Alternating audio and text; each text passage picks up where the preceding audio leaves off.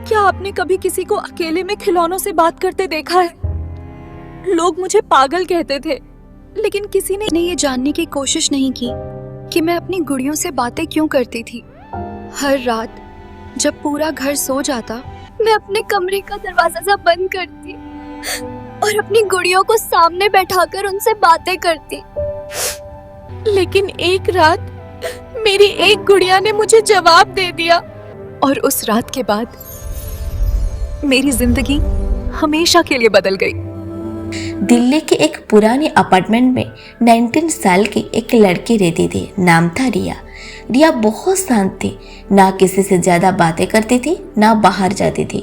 College में भी लोग उसे अजीब समझते थे, लेकिन किसी को नहीं पता था कि रिया बचपन से अकेली थी। उसके पापा हमेशा काम में व्यस्त रहते थे और उसकी माँ की मौत तब हो गई थी जब वो सिर्फ 8 साल की थी। उस दिन के बाद रिया ने लोगों से बातें करना धीरे धीरे बंद कर दिया, लेकिन उसने एक चीज कभी नहीं छोड़ी, गुड़िया। उसके कमरे में हर तरफ गुड़िया थी, छोटी बड़ी पुरानी नई।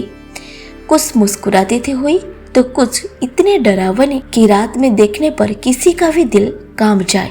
लेकिन रिया के लिए वो सिर्फ खिलौना नहीं थी, वो उसका परिवार थी। हर रात रिया अपनी सबसे पसंदीदा गुड़िया मीरा को सामने बैठाती और उससे बातें करती। आज कॉलेज में सब मेरा मजाक उड़ा रहे थे। आज मुझे माँ की बहुत याद आई, काश कोई मुझे समझ पाता। और फिर खुद ही मुस्कुरा कर कहती थी, तुम तो समझती हो ना, है ना मीरा। उसे लगता था जैसे वो गुड़िया सच में उसकी बातें सुन रही है। धीरे धीरे रिया की दुनिया सिर्फ उस कमरे तक सीमित हो गई। बाहर की दुनिया उसे डराने लगी, लेकिन अपनी गुड़िया के बीच उसे सुकून मिलता था। एक रात बिजली चली गई, पूरा घर अंधेरे में डूब गया। रिया मोमबत्ती लेकर अपने कमरे में गई तो उसने देखा सारी गुड़िया का चेहरा दरवाजे की तरफ था, जबकि उसने उन्हें ऐसे नहीं रखा था। रिया कुछ पल के लिए डर गई, लेकिन फिर खुद को समझाने लगी, शायद मैं भूल गई होंगी। उसने फिर से जब गुड़िया को ठीक किया और सो गई, लेकिन रात के करीब 2 बजे उसे धीमी आवाज में सुनाई दी, रिया। रिया अचानक उठ गई। कमरे में कोई नहीं था। उसने डरते हुए इधर उधर देखा, फिर उसकी नज़र मीरा गुड़िया पर गई। वो पहले बिस्तर के पास बैठी थी, लेकिन अब वो खिड़की के पास रखी थी। रिया का गला सूख गया। अगले दिन से अजीब घटनाएं बढ़ने लगी। कभी गुड़िया की जगह बदल जाती थी, कभी उनके चेहरे पर अजीब निशान दिखता था, और कभी कभी रिया को ऐसा लगता जैसे कोई उसे घूर रहा हो।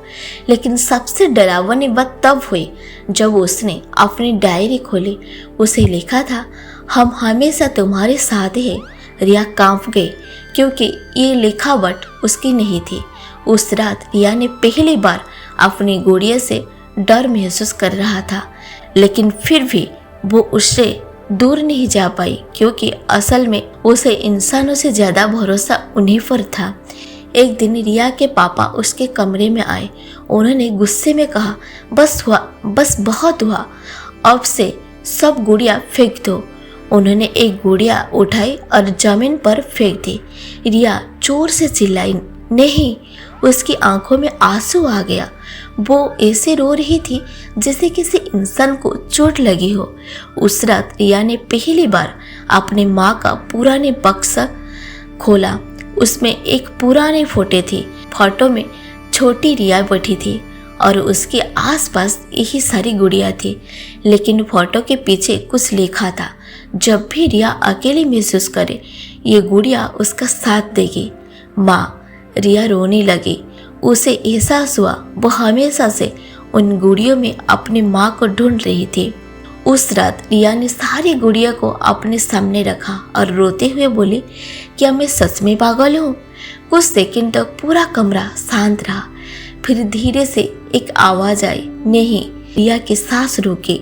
मोमबत्ती अचानक बुझ गई। कमरे में अंधेरा छा गया और उसी अंधेरे में रिया को ऐसा महसूस हुआ जैसे किसी ने उसके सिर पर प्यार से हाथ रखा हो, बिल्कुल वैसे जैसे उसकी माँ रख रही थी।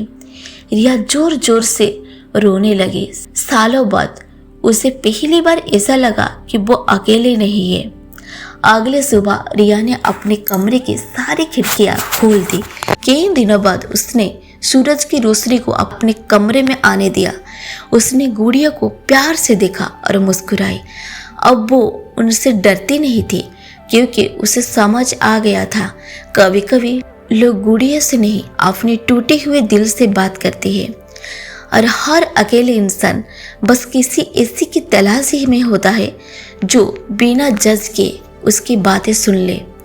अगर आपको ये कहानी पसंद आई हो तो वीडियो को लाइक और चैनल को सब्सक्राइब जरूर करें।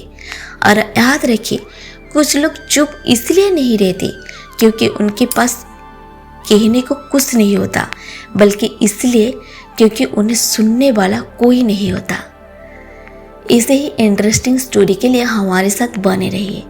और चलो मिलते हैं अगले वीडियो में, तब तक के लिए थैंक यू।